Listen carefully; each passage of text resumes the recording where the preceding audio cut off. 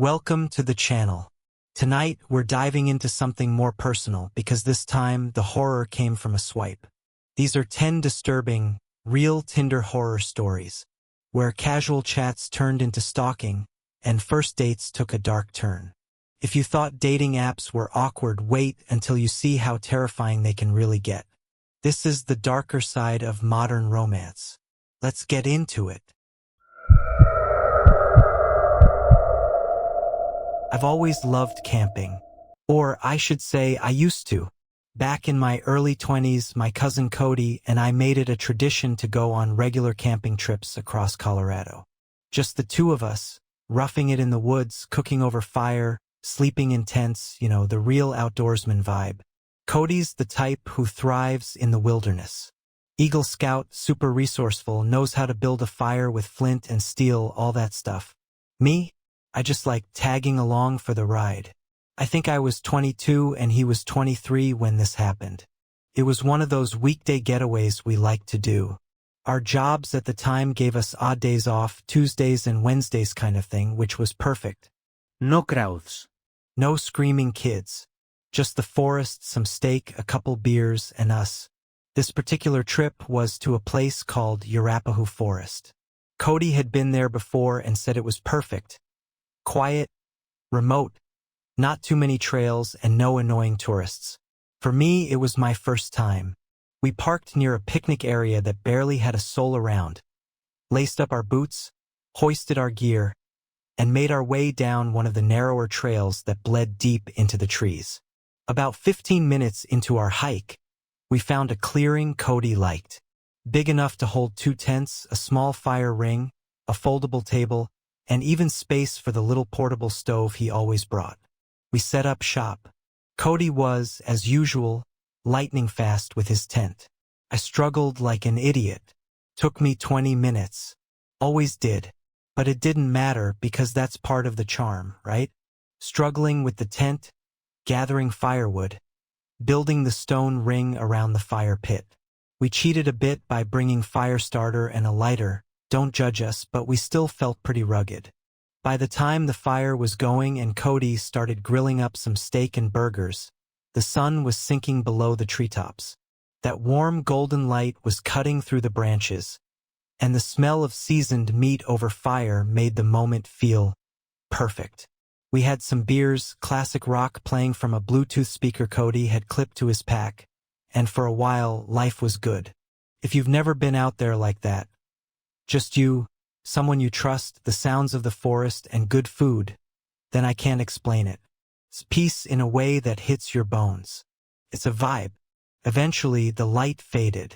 The campfire became our only source of glow, and we brought out the little card table to play some poker and Uno. Cody was kicking my ass in both, but I didn't care. That was when we heard it. I had just laid down a reverse card, laughing like a maniac, when something stopped me cold. Out beyond the tree line, in the pitch-black nothingness of the woods, we heard humming. A voice, soft but deliberate, humming a tune we didn't recognize.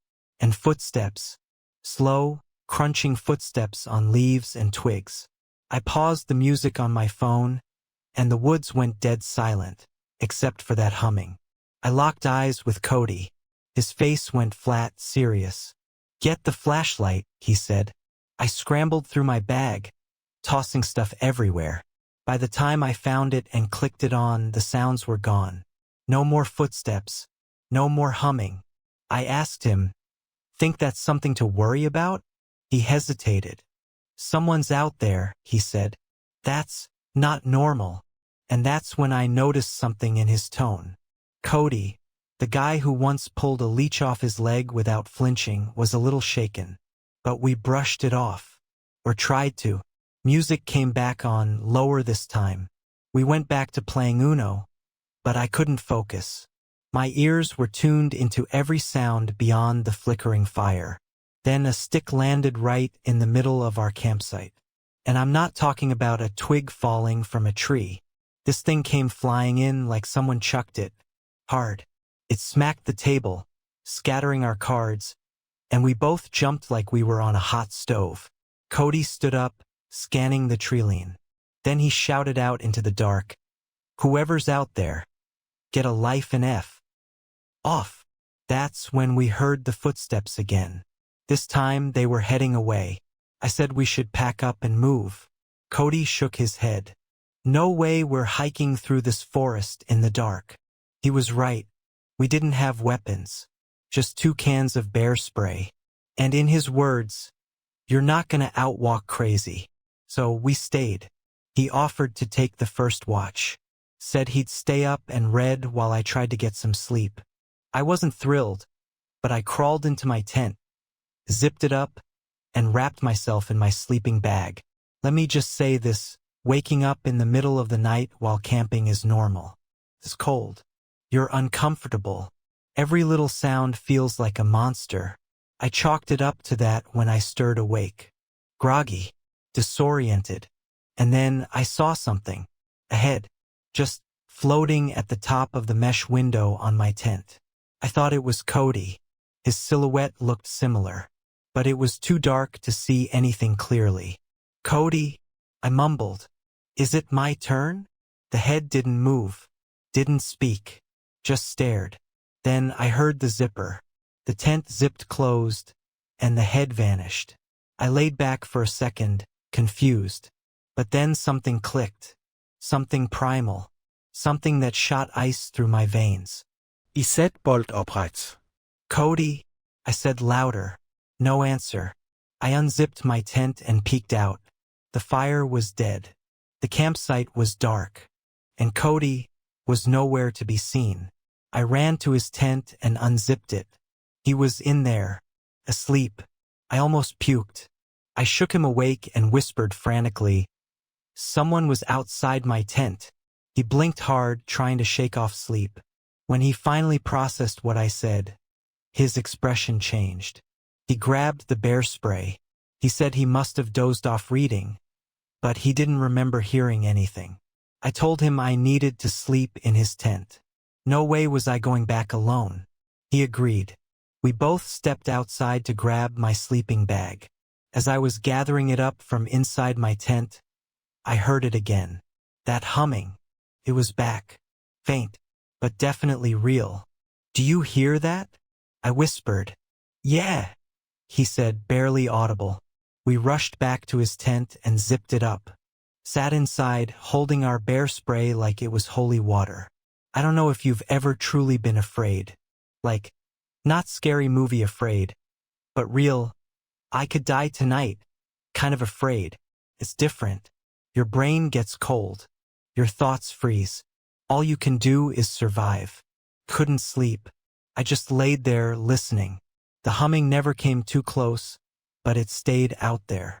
Just enough to let us know we weren't alone. 3 hours passed like 3 years. Then we switched. Cody stayed up while I passed out from pure exhaustion. When he woke me again, the sky was getting light. Dawn. We didn't say much. We packed everything up in record time. Neither of us looked each other in the eye. And we didn't speak until we got back to the car. We could have driven somewhere else and tried again. That was the original plan. But neither of us said a word. We just started driving home. That was 6 years ago. Cody still hits me up about going camping every now and then. But I never do. I haven't camped since. Haven't even wanted to. People say the woods are peaceful. I think the woods are hiding something. And whatever was out there that night, it wasn't peaceful. It was watching, waiting, and I think it would have done something worse if I hadn't woken up.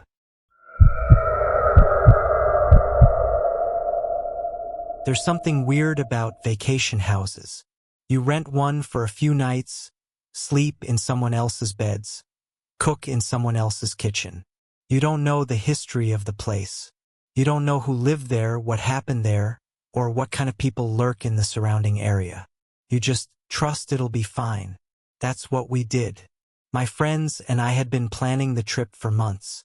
4 of us, me, John, Travis, and Liam, crammed into John's car and took a long, loud road trip down to Florida. We'd found a beach house online, split the cost, and were ready to spend a long weekend soaking up the sun, partying, and forgetting about real life for a bit. The place looked incredible in the pictures, and when we pulled up, it actually matched the hype. It wasn't a mansion, but it wasn't a shack either. Right in that sweet spot. For bedrooms, perfect for us to each have our own space, and it sat directly on the beach. I mean, literally. The backyard was sand. Across the narrow road out front was the bay, and behind the house was the open ocean. You could stand on the back deck and watch the waves roll in. No fences. No neighbors peeking over. Just open space. The street was quiet, too. Houses were spaced far apart, and not a single car passed while we were unloading the car. That should have made me feel relaxed. But looking back, it kind of makes the whole thing feel more isolated. Like we were on our own little island. We spent the first hour claiming our rooms and checking out the place. I was lucky enough to score one of the 2 bedrooms facing the beach. That view? Insane. Floor-to-ceiling windows looking straight out onto sand and ocean. The house was modest on the inside, clean, beachy, a little corny with the decor. You know the type. Seashells glued to everything, life's a beach signs on the walls, fake starfish in bowls. There was even a big decorative surfboard tucked behind the TV. After we settled in, we hit the beach, ran into the water, threw the football around, baked under the sun, just acting like overgrown kids. I remember seeing an older couple way down the beach, but other than that, we had the whole stretch to ourselves. It felt like we were in a niche little pocket of paradise. That night, we went out to eat and bar hopped in the nearby town. Nothing crazy, just some drinks, music, and laughs. By the time we Ubered back to the beach house, it was already dark. Naturally, that meant we had to mess around on the beach. We grabbed the football and a couple beers and played this clumsy, half-drunk version of tackle football under the moonlight. It was pure chaos. Sand in our shoes, yelling, someone tackled the cooler. It was one of those perfect nights. And then, while I was walking along the shoreline to retrieve a badly thrown ball, I saw something in the water. It was out past the breaking waves, just barely lit by the moon's reflection. I squinted, thinking maybe it was a piece of driftwood or a sandbar. But then it moved. Person. Standing waist-deep in the ocean. Just standing there. I called out to my friends, "Yo, what the hell is that?" John jogged over and followed my line of sight. "Is that someone swimming?" "They're not moving." All 4 of us looked. No one said anything for a second. The figure didn't splash or swim. Just stood there. Eventually, we shrugged it off. I mean, hey, it's Florida, right? Maybe it was a local doing some weird night swimming ritual. Whatever. We went back to the house, chilled on the deck, and cracked open more drinks. One by one, everyone started heading inside to sleep. Travis went first, then Liam. That left John and me outside, just lounging and letting the night settle. I kept glancing back toward the beach, half expecting that figure to still be out there. And then I saw it. There was someone standing on the beach now. Not in the water. Not walking. Just standing. Right near the edge of our property, where the sand met the start of the dunes. They were facing us. "John," I said quietly. "You see that?" He turned, saw it too. "That's the same guy." I stood up slowly. "Should we say something?" "No, man. Just let it be." But I couldn't help myself. I raised my voice. "Hey, everything okay out there?" John groaned. "Why'd you do that?" No response from the figure. Just stood there. Still. We stared for another minute. Still nothing. Finally, we decided to go inside. Locked the doors, turned off the lights, and went our separate ways. It was probably around 1 a.m. Not too late, but we were beat. I went to my room, brushed my teeth, did all the usual wind-down stuff. Then I made a mistake. I looked out the window. At first, I didn't see anything. Just the empty beach and the moonlit ocean. But then, I saw movement. There was someone standing directly in front of our deck. Closer than before. Facing the house. Facing my window. I froze. The way they stood. Completely still, arms at their sides, it didn't feel right. It wasn't like someone who was lost or looking for help. It was like they were studying us. Like they were trying to decide something. "John?" I whispered. Then louder, "John!" No answer. I ran to his room and pounded on the door. "Come quick! Someone's in the yard." He followed me back and looked through the window. The person was gone. "I swear he was just there," I said. John believed me, though. He said the guy probably took off when he heard the door open. We debated going outside, but no thanks. We just locked the door, checked the other rooms, and made sure Travis and Liam were okay. Back in my room, I shut the blinds. But I couldn't sleep. I just laid there, staring at the ceiling, waiting. Then came the knock. A single knock on my bedroom window. Soft, like a test. I held my breath. Then another knock, lighter, more deliberate. I wanted to scream, wanted to bolt out of the room, but my body froze. My brain went into overdrive, calculating every possibility. Was it John messing with me? No way. Not after what we'd seen. Was it a prank? A neighbor? Was I dreaming? I didn't lift the blind. Couldn't. Instead, I leapt out of bed and ran into the hallway, yelling for everyone to wake up. One by one, doors opened. We all rushed to the deck, turned on the lights, and looked around. No one. Nothing but the wind and the crash of the waves. We checked the front yard, the sides, even under the deck. Still nothing. I explained to the others what had happened. John backed me up. We stayed up a while, too scared to sleep. We even left the deck lights on. The next day, John and I went to the two closest houses. We didn't know the neighbors, but figured maybe they'd seen something, or maybe they'd had similar experiences. One house was empty. No one answered the door. The other gave us chills. A middle-aged man answered, and, after we awkwardly explained what happened, he told us something we weren't prepared to hear. He said just a week earlier, someone had knocked on his door in the middle of the night. When he asked who it was, the person didn't answer, just kept knocking. He didn't open the door, said it felt wrong. Sound familiar? We thanked him and left, totally shaken. We spent the rest of the day trying to enjoy ourselves. Hit the beach again. Took a drive to a nearby boardwalk. Ate junk food and tried to laugh it off. Nothing happened that night. No knocks. No figures. Just the eerie silence of a place that no longer felt like paradise. We left the next morning. Even now, I can't help but wonder. What would I have seen if I had lifted that blind? A face? A weapon? Just a stranger? Or something worse? Sometimes not knowing is scarier. Sometimes the beach isn't the escape you think it is. I was 9 years old when it happened. Just a kid. Still into video games, cartoons, after-school snacks. I didn't know much about the world, but I knew one thing. When you're home alone, and your mom tells you not to open the door for anyone, you listen. That rule was burned into my brain.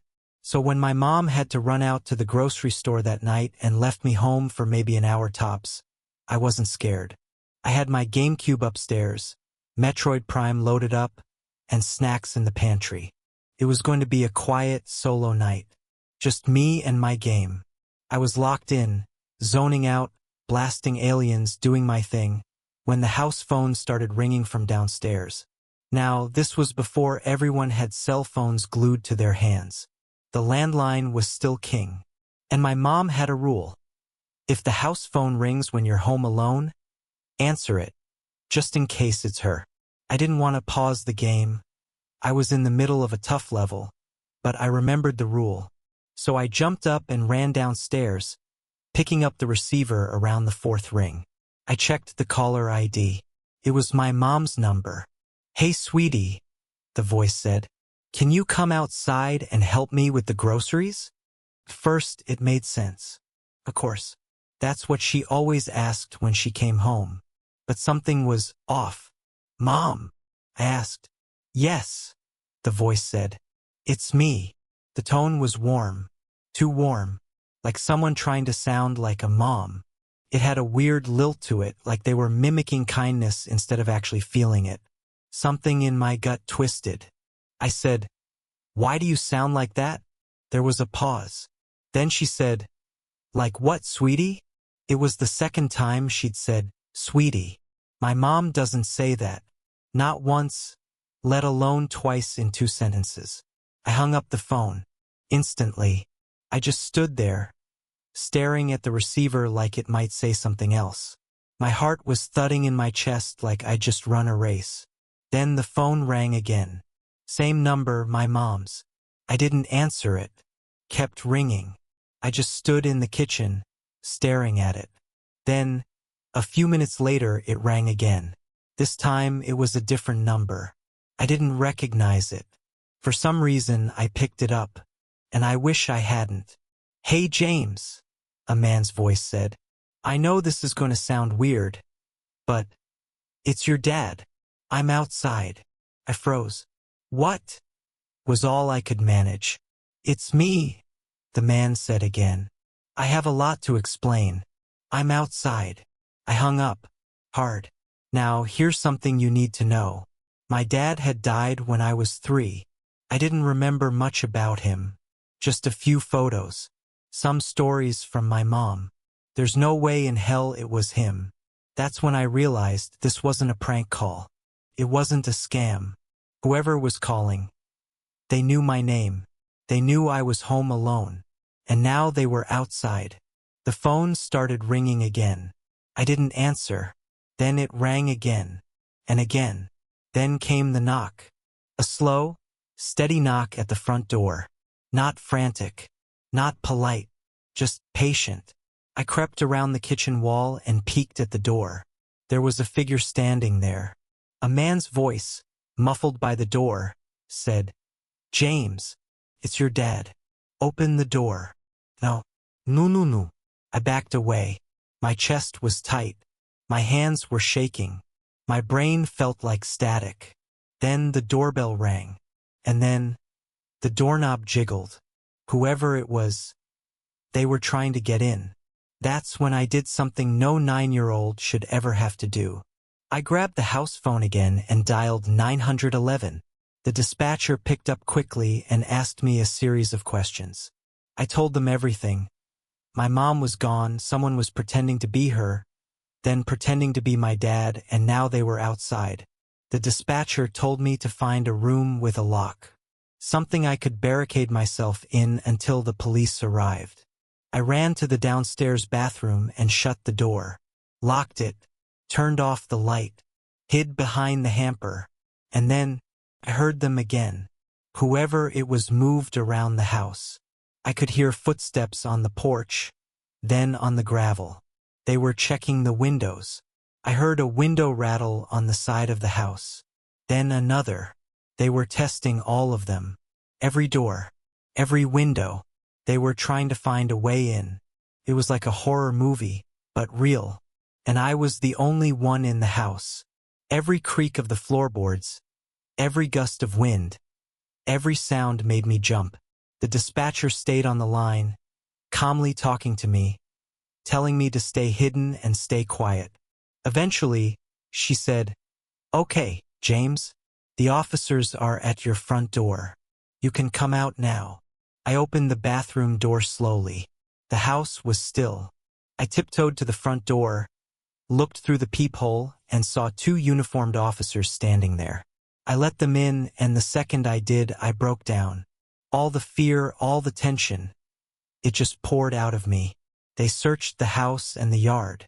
Didn't find anyone. Asked me a ton of questions. When my mom finally came home, rushing up the steps with my little sister in tow, she freaked out when she saw the police cars. She had left her phone in the cart at the grocery store and hadn't even realized it was gone until she checked out. Her phone had been stolen. And here's the thing, this was a cheap old Nokia flip phone. No password. Nothing. It had our address saved in it. Our home phone number. A picture of her with me and my sister as the background. If someone had bad intentions, that phone gave them everything they needed. Whoever stole it saw the photo. Saw a single mom with 2 young kids. Probably thought she lived alone. And decided to prey on us. To this day, I don't know how they knew my name. Maybe it was saved in her contacts. Maybe I was mentioned in a text. But they used that information to try and lure me outside. And if any of the doors or windows had been unlocked, they would have gotten in. I don't want to think about what would have happened next. My mom changed after that. She didn't leave me home alone for a long time. At least not at night.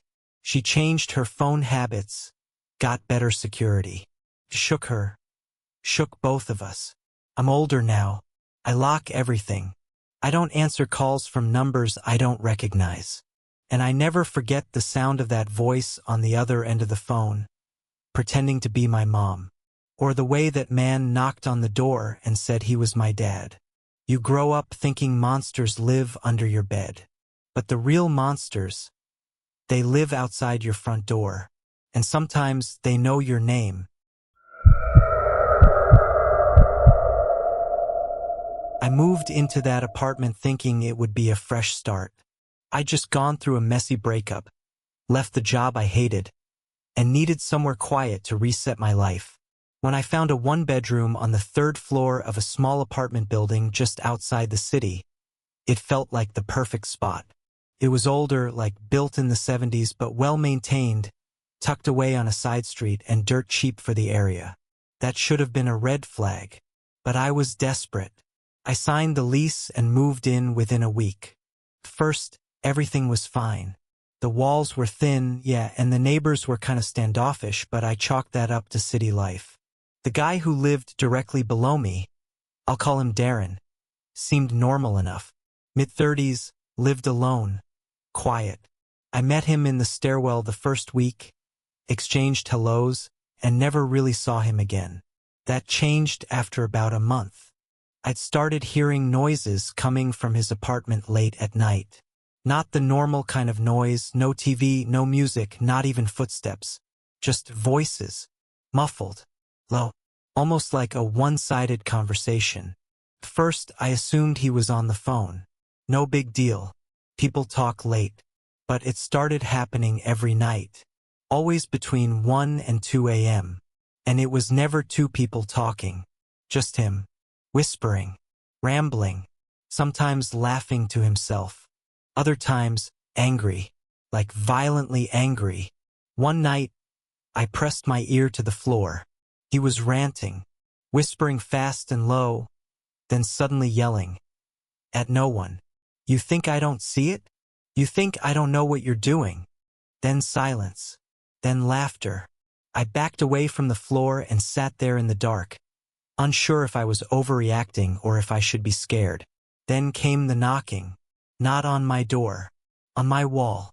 3 short knocks. Then nothing. I froze. After a few seconds, I knocked back. Once. Nothing. I waited. 5 minutes later, it happened again. This time softer, but right behind the headboard of my bed. I didn't sleep that night. The next morning, I saw him coming up the stairs. Same guy. Same calm expression. He nodded at me, totally casual. I was too freaked out to say anything. That night, I moved my bed away from the wall. That's when the notes started. The first one was under my door. A folded piece of notebook paper with neat handwriting that said, "Stop spying on me." No signature. Nothing else. I felt my stomach drop. I tried to tell myself it wasn't from him. Maybe it was a prank. Maybe I was being paranoid. But then a second note came a few days later. "You don't belong here." This time, it was taped to my door. I reported it to the property manager, but all she said was, "That's odd. I've never had complaints about him." She promised to follow up, but I never heard back. I started staying with friends. But each time I returned to the apartment, something new would be off. One time my toothbrush was wet. I hadn't been home in 2 days. Another time, I found a fork on the kitchen floor that hadn't been there before. The door was always locked. No sign of forced entry. So I did something I never thought I'd do. I bought a cheap nanny cam, hid it behind a stack of books on the shelf in my living room, aimed at the front door. Then I left for the weekend. When I came back, I took the camera to my friend's place and reviewed the footage with her. What we saw made my blood run cold. 3 nights ago, 2:47 a.m., the video showed my front door slowly opening. Darren stepped inside. No hesitaste. No signs of stress. He was wearing gloves. He walked straight to the kitchen, opened the fridge, took out a soda and drank it. Just stood there, in the dark, drinking my soda. Then he walked into my bedroom. The camera couldn't see in there, but he was gone for 10 full minutes. When he returned, he was holding something. It was my pillow. He stood in the living room, staring at it. Then he calmly placed it back on the couch, left the apartment, and closed the door behind him. I called the police. They came, took the footage, filed a report. But because there was no sign of forced entry, and nothing was technically stolen, they said they couldn't do much. I showed the landlord. She looked horrified, said she'd talk to him immediately. That night, I booked a motel. I didn't go back to the apartment. At 3:12 a.m., my phone buzzed. A text from an unknown number. Coward. I moved out the next morning. Didn't even pack everything. Just grabbed the essentials, left the rest. Let the lease run out. Changed my number. Moved to a different city. I still don't know how he got in. I changed the locks myself after the first note. But maybe he had a copy. Maybe he picked it. Or maybe someone else in the building was helping him. I'll never know. All I know is that man watched me, listened to me, came into my home while I was gone and stood in the places I felt safest. And the scariest part? He never had to raise a hand to make me feel like I was already dead.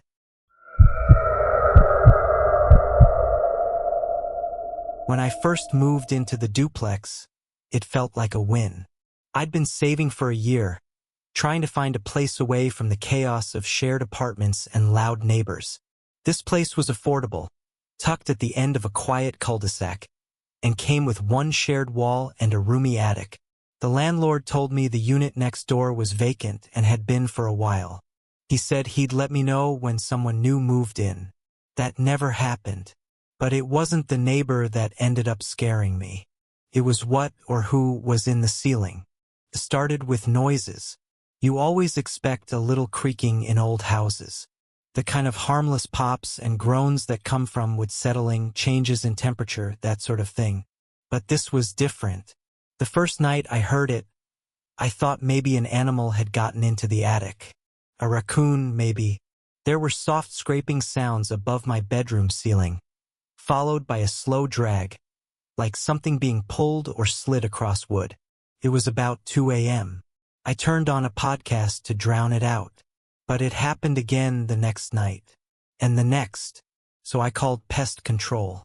The guy came out, popped the attic door open, and climbed up with a flashlight. He looked around for a good 10 minutes before coming back down, shrugging. No sign of entry. No droppings, no nests, nothing, he said. Could just be your HVAC. These older ducts can rattle a bit. Except I didn't have central air. Just baseboard heat. That night, the noises got louder. Dragging. A soft but rhythmic thud. Then what sounded unmistakably like a cough. I shot up in bed. That wasn't an animal. That wasn't a pipe. That was a human sound. I grabbed a broom, stood on my bed, and slammed it against the ceiling. The noise stopped. I didn't sleep the rest of the night. The next day, I called the landlord, told him I was hearing noises from the attic and was convinced someone was up there. He sighed, told me again that the other unit was vacant, and that no one had keys except him.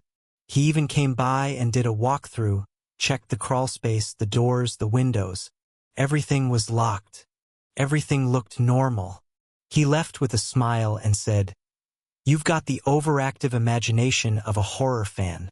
That night, I started recording the sounds.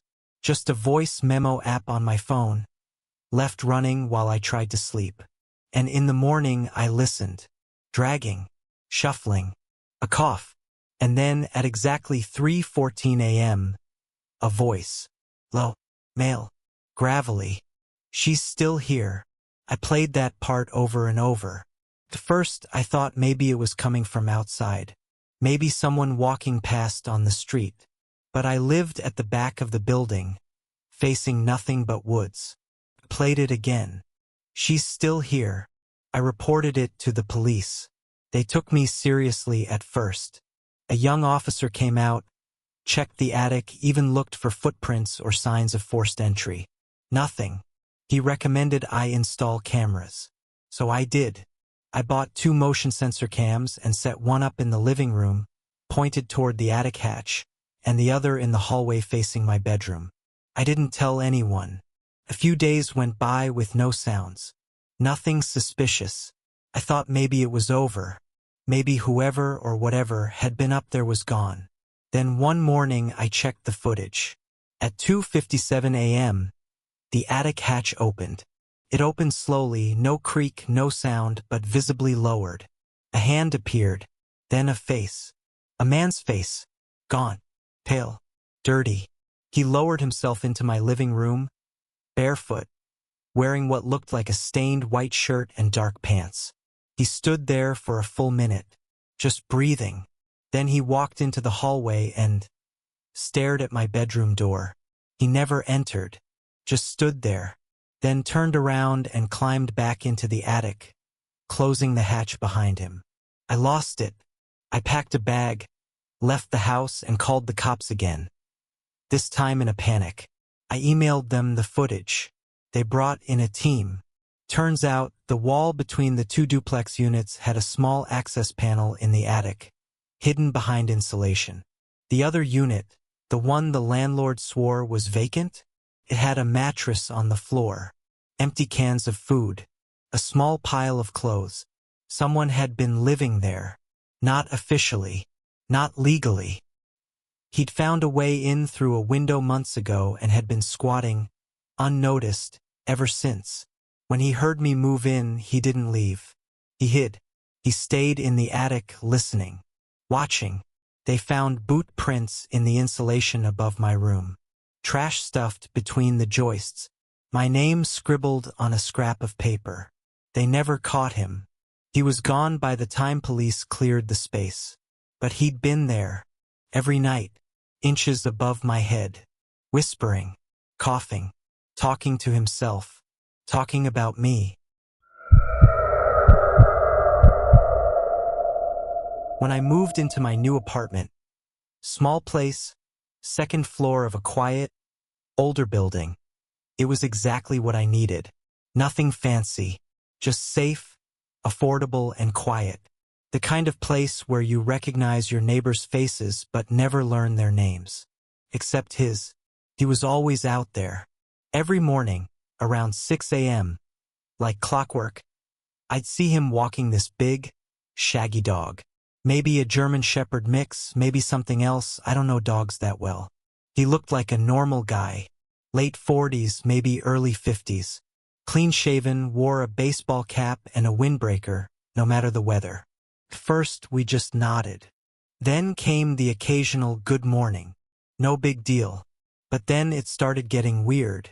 One morning, I was sitting on my balcony drinking coffee when I noticed he was just standing, not walking the dog, not moving, just standing in the middle of the sidewalk, holding the leash, staring directly at my apartment. At me. I kind of gave a polite wave and quickly went back inside. Maybe he zoned out.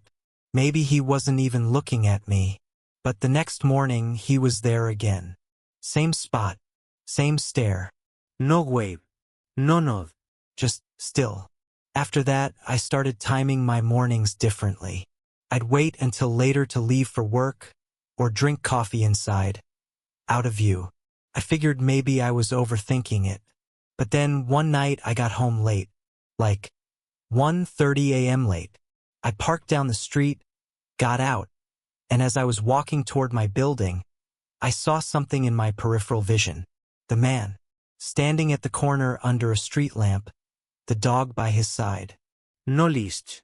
Just staring again.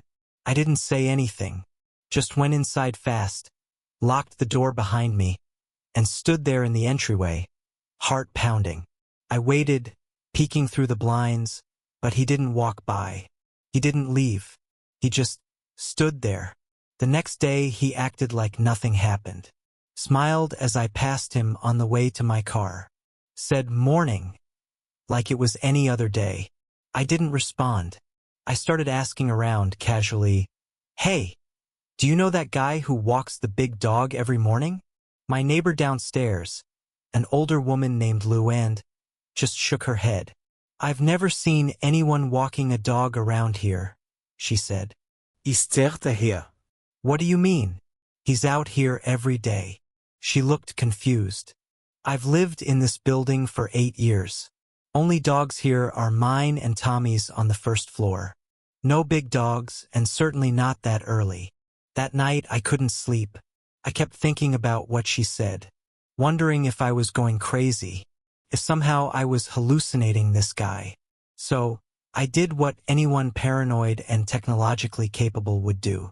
I set up a camera, a cheap motion-detecting one I ordered online. I mounted it in the window facing the sidewalk. It was set to record from 5:30 to 7 a.m. The next morning I checked the footage. 6:02 a.m. There he was, standing in the same spot looking up at the building. But something was different. The dog wasn't moving, not sniffing around, not tugging at the leash, just standing completely still, rigid, like a statue. And then I realized it wasn't moving. The dog wasn't real. I zoomed in. It was a prop, a taxidermy or maybe a mannequin. Couldn't tell. But it wasn't alive. It had never been alive. That night I didn't sleep. The next day I went straight to the police. Showed them the footage. Told them everything. They took the report seriously enough. Sent a car to patrol the area. Asked if I felt threatened, if I'd seen him doing anything illegal. No, I said. Just unsettling. They told me to keep the footage and call if anything escalated. That night I stayed at a friend's. I returned the next morning. My apartment door was open. I froze in the hallway. The lock wasn't broken. It was unlocked. I stepped inside slowly, calling out. No response. But everything was off. The lamp in the living room was tilted. The couch cushions were on the floor. My coffee mug was in the middle of the hallway. And on the kitchen counter was a dog collar. Large, worn, old, and attached to it a tag. It had my name on it. Just my first name. But the handwriting was mine. I called the police again. They searched the apartment. Said there were no signs of forced entry. No prints. No DNA. Nothing. They offered to send someone by for regular wellness checks. But that was it. I moved out a week later. Never went back. Left behind half my stuff. Found a new place, changed jobs, deleted my socials. And now, sometimes I wake up early. Too early. And I look out the window of my new place, far across the city, in a completely different neighborhood. And every now and then, I see a man on the sidewalk, standing completely still, with something on a leash that doesn't move.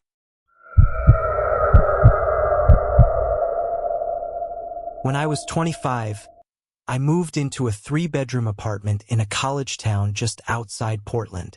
Rent was insane in the city, and this place was perfect. Close to work, close to groceries, just far enough out of downtown to be affordable. I found the listing online. The guy subletting it, Chris, seemed chill. Quiet, clean, worked in IT. He said the 3rd room was rented by someone named Eric, who worked nights and was rarely home. You probably won't even see him much, Chris said. That suited me just fine. I met Chris in person to tour the place. Everything seemed in order. It was older, creaky floors, 90s kitchen tile, but clean. My room was small, but it had a big window and there was a lock on the door. Done deal. I moved in 2 days later. And at first, everything seemed fine. Chris was as low-key as advertised. He mostly kept to himself, spent most evenings coding or watching documentaries with headphones on. I'd hear him typing away on his laptop at night or mumbling into his headset during Zoom calls. Eric, the elusive third roommate, was exactly that, elusive. His door was always shut, his light always off. I figured he really did work night shifts. The only evidence of his existence was the occasional shoe left in the hallway, or an extra plate in the drying rack. But then weird little things started happening. I'd wake up and find the front door slightly ajar. Not open, just unlatched.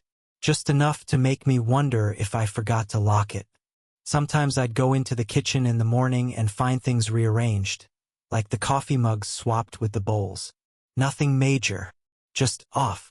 And then there was the shower.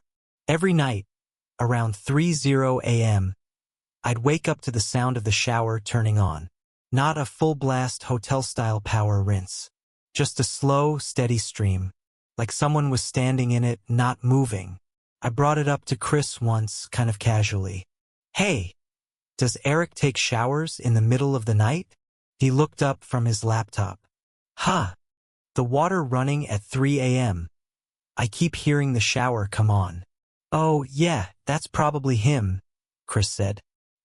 He gets home late sometimes. That was it. No follow-up. No weird expression. But his answer felt rehearsed. After that, I started noticing more strange things. Once, I left my bedroom window open a crack before going to sleep. When I woke up, it was closed and locked. Another time, I came home from work early, around 2 p.m., way earlier than usual. And when I stepped inside, it was completely silent, except for a creak from the hallway. I looked up and swore I saw the tail end of someone slipping into Eric's room. The door clicked shut. Later that night, I asked Chris, "Hey, is Eric around?" Chris didn't look up. Nah, he's working. I just stared at him. But I thought I saw. I stopped myself. He finally looked at me, deadpan. You okay? I nodded. But I wasn't. I started keeping my bedroom door locked at night. I even wedged a chair under the handle just in case. And that's when things escalated. One night, I woke up to the sound of my doorknob turning. Quiet. Slow. Then it stopped. I sat up, heart pounding. Listened. A moment later, I heard footsteps, bare feet, creeping back down the hallway.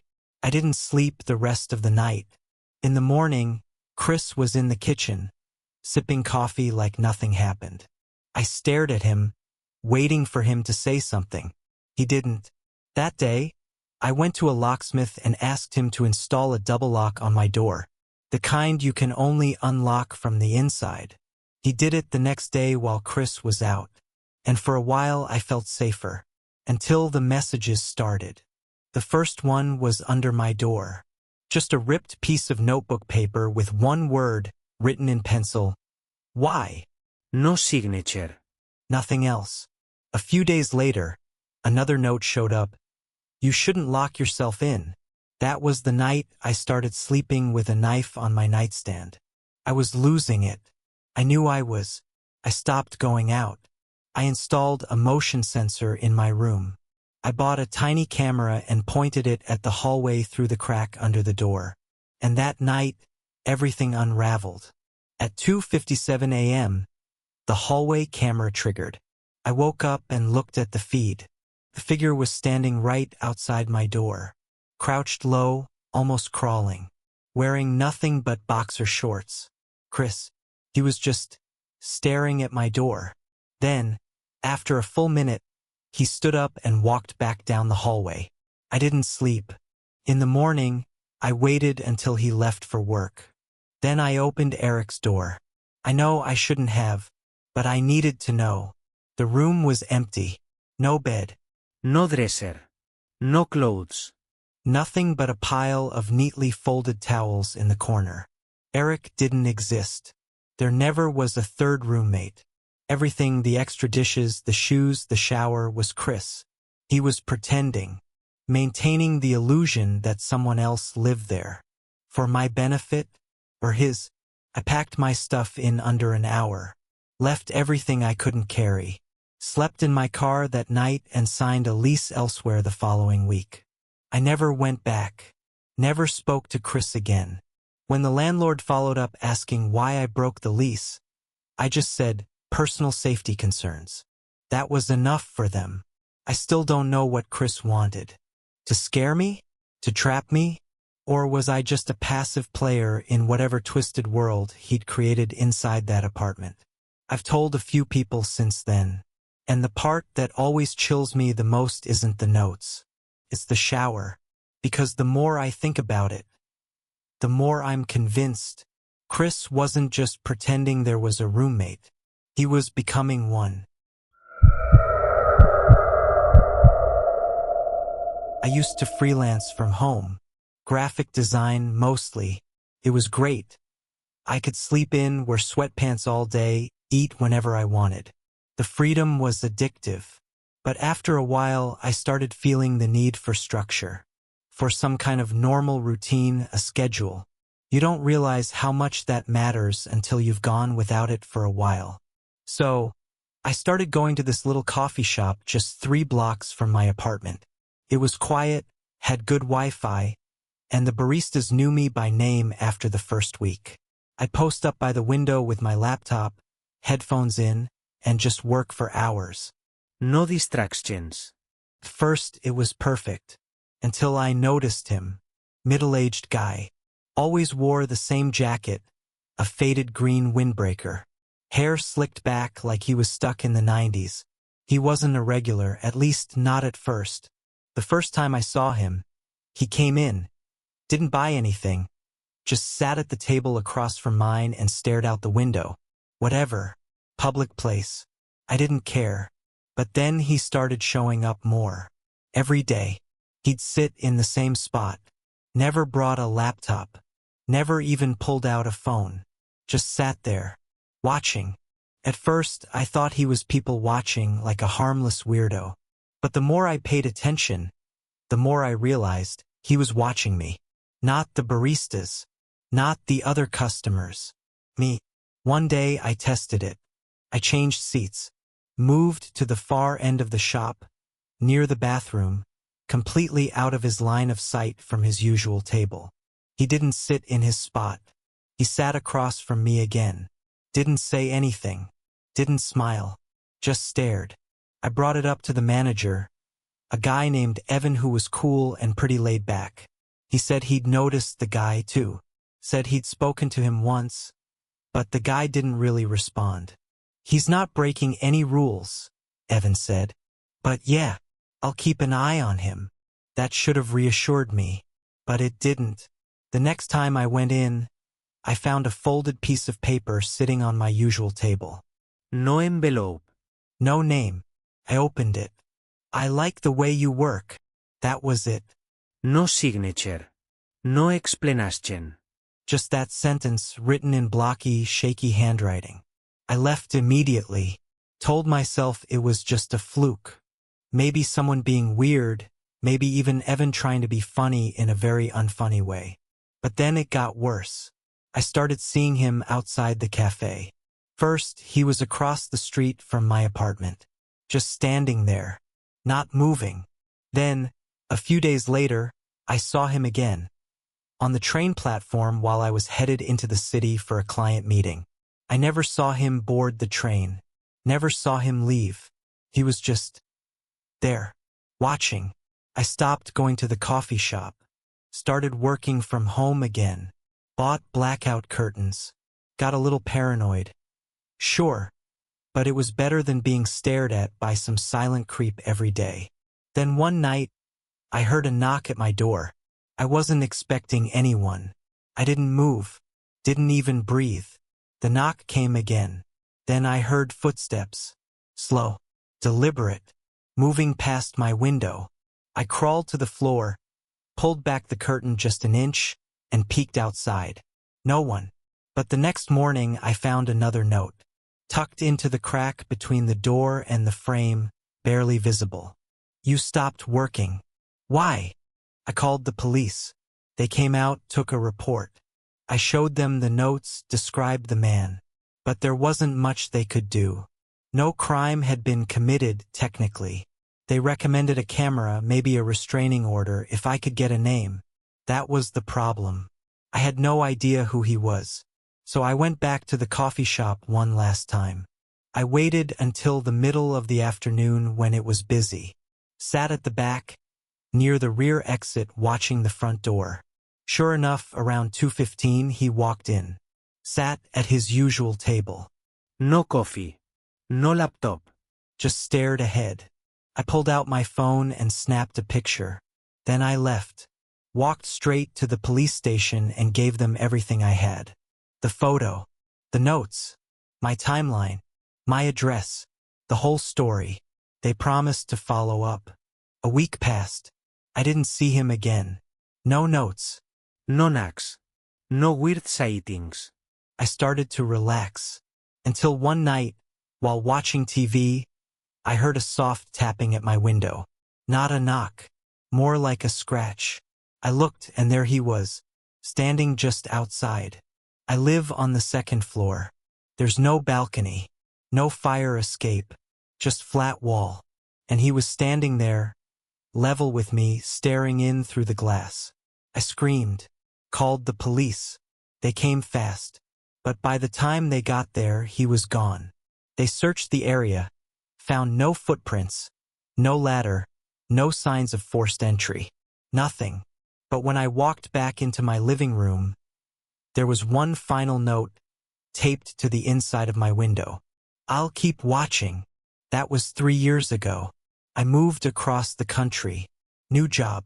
New name on the lease. No social media. I don't even use my real name for anything anymore. But sometimes, when I work late into the night, when the house is quiet and the screen's glowing on my face, I get the sense someone's still watching me work. It started with a package on my doorstep. No big deal. We all get deliveries. Amazon, groceries, random impulse buys. But I hadn't ordered anything that week. Nothing pending. No forgotten late-night scrolling splurges. Still, there it was. Plain brown box. No shipping label. No branding. Just my name handwritten across the top in thick black marker. Claire. That's it. No return address. No postie. Just left there. I should have left it alone. But curiosity's a hell of a drug. I brought it inside, set it on the kitchen table, and stared at it for a while. Then, cautiously, I opened it. Inside was a stack of photographs. Printed, glossy, full-color photos. The first few were innocent enough. Pictures of my apartment building, the sidewalk out front, the parking lot. Then my car. Then me. One of me walking to my mailbox in pajama pants. One of me holding groceries. One of me sitting on the bench in the little dog park across the street, eating lunch and scrolling my phone. They weren't taken from a distance. They were close. Too close. My heart dropped into my stomach. I rifled through the stack, faster and faster, until I hit the last photo. It was taken from inside my apartment. A photo of me sleeping on my couch. Blanket halfway fallen off.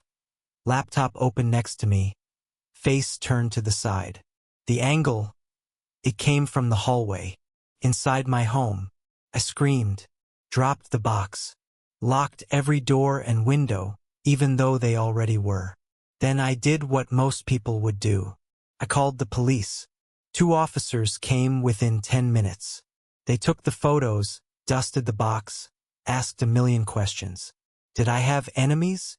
Exes? Someone I owed money to? No, none of the above. They asked if I had security cameras. I didn't. Not yet. I'd always felt safe in my little one-bedroom. Lived there for 4 years. Quiet neighborhood. Friendly neighbors. They said they'd follow up. They never did. That night I barely slept. Every creak felt like footsteps. Every car door outside felt like someone returning to finish what they started. The next day I bought a full home security setup. Front door cam, window sensors, motion detectors. I even had a camera installed in the hallway facing my living room. It helped. A little. Until another box showed up. 2 days later. Same style. Same black handwriting. Claire inside, more photos. Some were of me at work, walking in, leaving, sitting outside with coworkers. Others were of me inside my apartment again. One was of me brushing my teeth. Another one, blurry but unmistakable, was taken from the foot of my bed.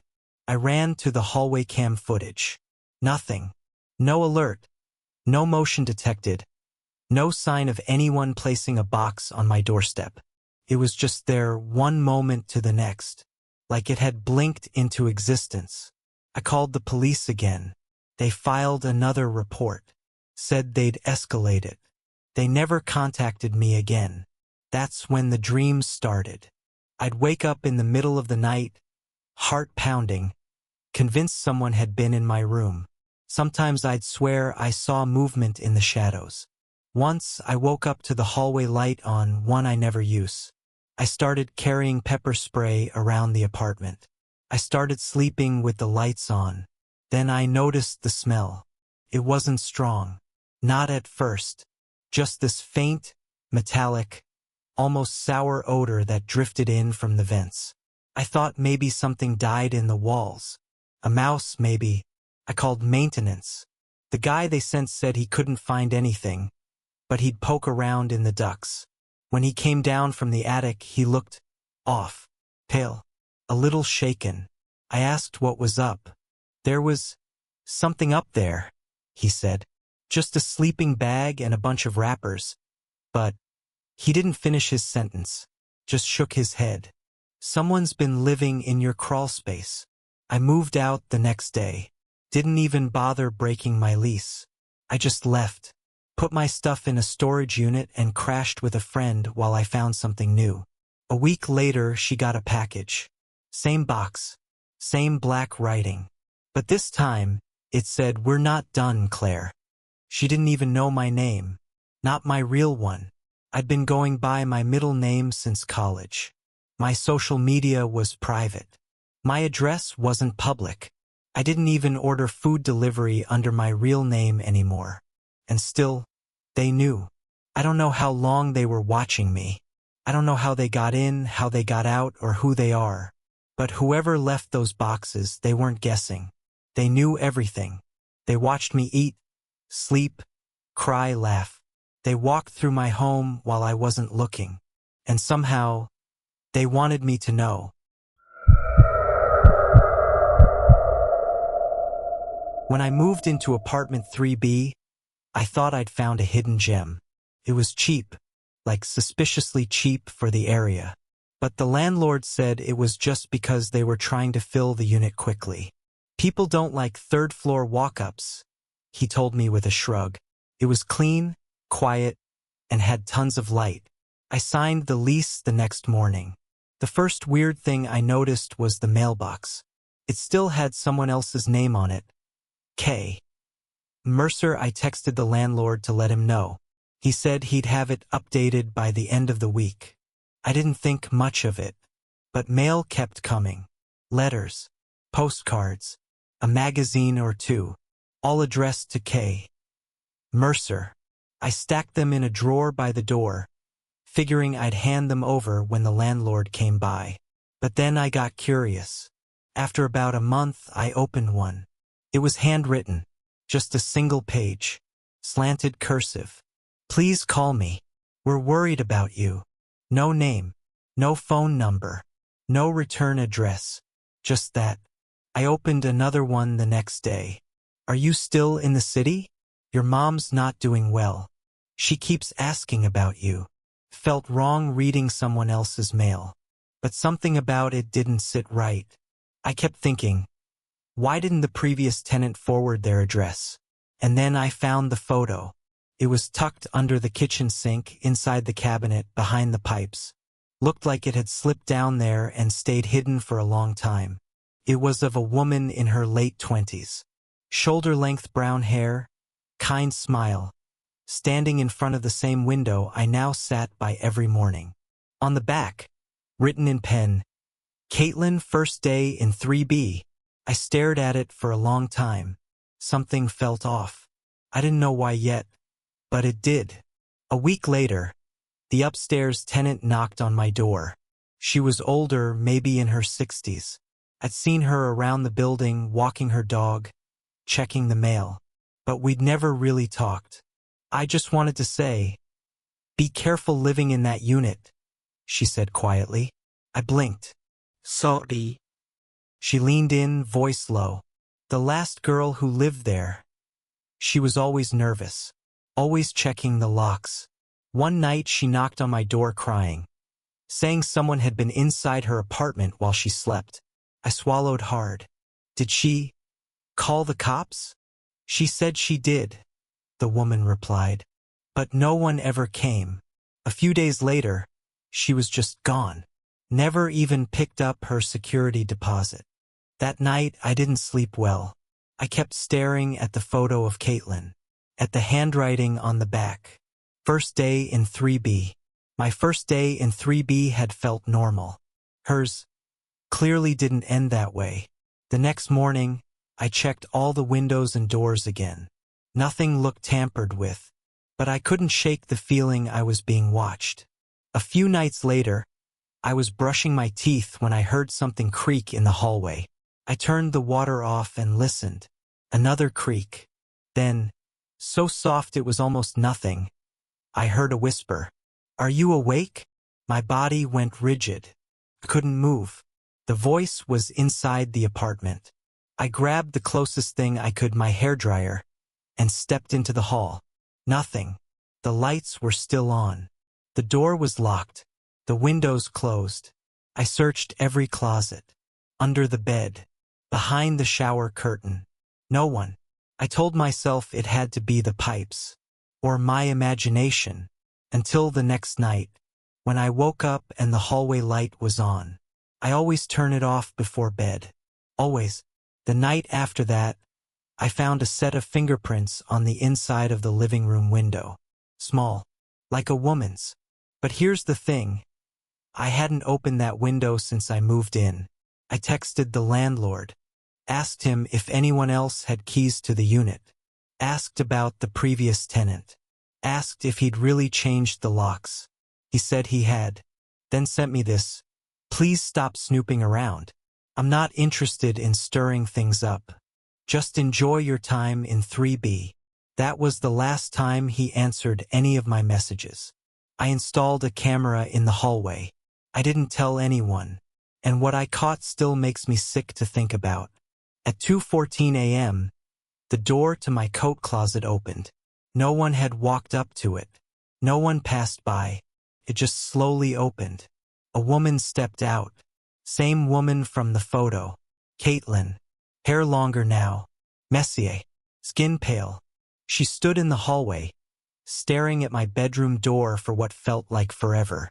Then she walked back into the closet, closed the door behind her. The timestamp rolled on. No motion detected after that. I called the police, showed them the video. They searched the closet, found nothing. No secret passage. No crawl space. Just coats and boxes. They said the video must have been faked. Maybe some kind of glitch. I moved out that same day. Didn't even bother packing. Just left.